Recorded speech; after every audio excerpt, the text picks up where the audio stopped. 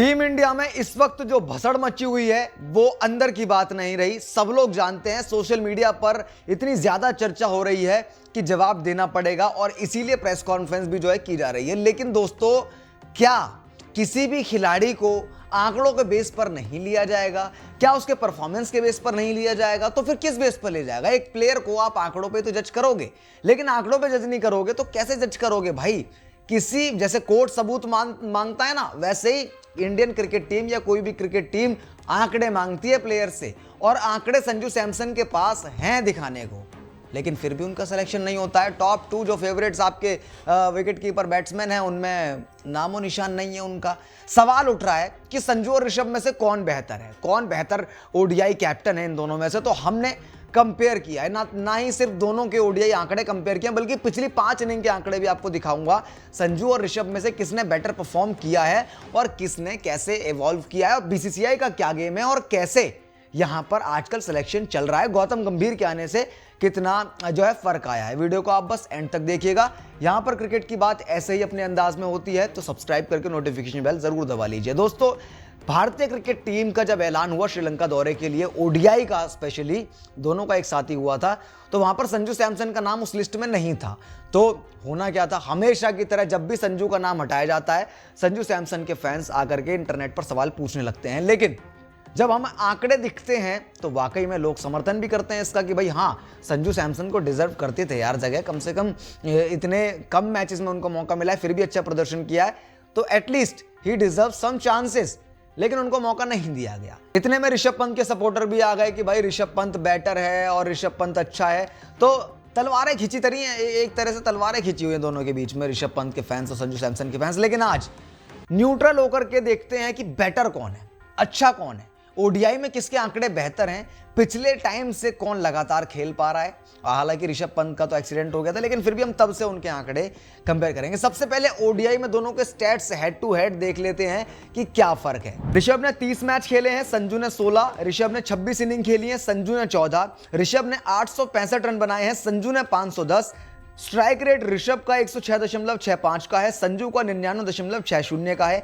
Average 34.60 का ऋषभ का है और 56.66 का एवरेज संजू सैमसन का। हाईएस्ट स्कोर 125 नाबाद जो है ऋषभ का है और 108 संजू सैमसन का है, जो अभी पिछले साल ही बनाया था। ऋषभ ने 1 शतक और 5 अर्धशतक लगाए हैं, संजू सैमसन ने 1 शतक और 3 अर्धशतक लगाए हैं। संजू सैमसन ने ऋषभ से 12 इनिंग कम खेली है इस फॉर्मेट में, लेकिन फिर भी आंकड़े कितने आसपास हैं, आंकड़े बहुत ज्यादा क्लोज आंकड़े हैं, क्योंकि संजू ने प्रूफ करके दिखाया है। ऋषभ पंत ने भी अच्छा खेला है, लेकिन ऋषभ पंत ओडीआई में अपनी वो छाप दोस्तों नहीं छोड़ पाए हैं, और ओडीआई ही नहीं, टी20 में भी अपनी वो छाप नहीं छोड़ पाए जो उन्होंने टेस्ट में छोड़ी है।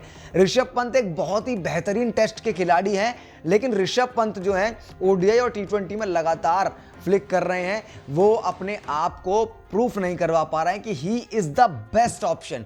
टी20 वर्ल्ड कप में भी गए थे, अच्छे रन बनाए थे, लेकिन उसके बाद फिर से ओडीआई में शिफ्ट करना टी20 से थोड़ा सा मुश्किल पड़ जाएगा। अब यहां पे प्रूफ करना पड़ेगा। ऋषभ पंत जितना टाइम ले रहे हैं टी20 में, वो अपने आप को बेटर कर रहे हैं, ओडीआई में भी बेटर करने के लिए इनको और टाइम देना होगा, लेकिन क्या उतने टाइम में किसी और प्लेयर को मौका नहीं दिया जा सकता है? थोड़ी बात दोस्तों संजू सैमसन की भी करूंगा, क्योंकि संजू सैमसन जो है उनको मौका काफी मिला पिछले कुछ 2 सालों में, जब ऋषभ पंत अवेलेबल नहीं थे। यानी कि सोचिए, अगर ऋषभ पंत का एक्सीडेंट नहीं हुआ होता, वो अवेलेबल होते, तो क्या संजू सैमसन को वो मौके मिलते? क्या संजू सैमसन उस चॉइस में होते? या फिर आप ये सोच के देखिए कि मान लीजिए ऋषभ पंत अभी भी फिट नहीं होते, तो इस ओडीआई स्क्वाड में संजू सैमसन की जगह नहीं होती?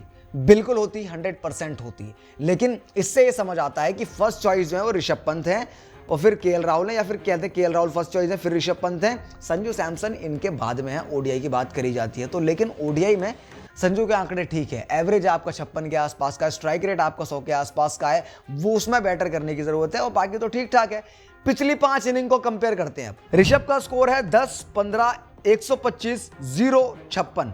संजू का स्कोर है 108, 12, 51, 9 और 36। पिछली 5 इनिंग में ऋषभ ने 206 रन बनाए हैं और संजू ने 217 रन बनाए हैं। यहां भी एक जैसा ही माहौल देखने को मिलता है, लेकिन ऋषभ पंत दोस्तों काफी टाइम बाद कमबैक कर रहे हैं, और ऐसे में टीम का उन्हें सपोर्ट करना जरूरी है। जब भी कोई खिलाड़ी इतनी बड़ी, क्योंकि उनका तो दूसरा जन्म ही हो गया यार एक तरह से, तो तब से अब ऋषभ पंत को सपोर्ट अगर यहाँ से नहीं किया जाएगा तो उनको भी ठीक नहीं लगेगा, इतना टाइम लगा फिट होने में, तो इसलिए अभी थोड़े ओडीआई में मौके देने चाहिए। लेकिन मुझे लगता है कि कहीं ना कहीं आपको संजू को स्क्वाड में रखना था, अगर क्योंकि 3 मैचों की तो दोस्तों सीरीज है, अभी एक मैच भी चेक करोगे तो तीनों को फिर चेक कर पाओगे।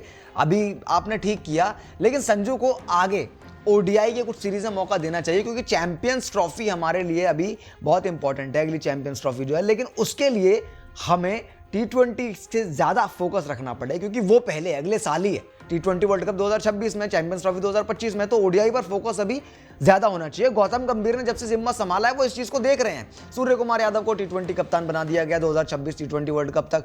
ओडीआई में बड़ा बदलाव यह है, शुभमन गिल को वाइस कैप्टन बना दिया है। अब शुभमन गिल पर इतनी मेहरबान क्यों है बीसीसीआई, क्यों है गौतम गंभीर, ये मैं तो नहीं जानता, मेरे समझ में अभी तक नहीं आया है। उनको कोई प्रायर एक्सपीरियंस नहीं कैप्टनसी का, कोई कुछ नहीं। उससे बढ़िया हमारे पास अक्सर कह रहा हूँ, हमारे पास श्रेयस अय्यर थे, हमारे पास केएल राहुल थे।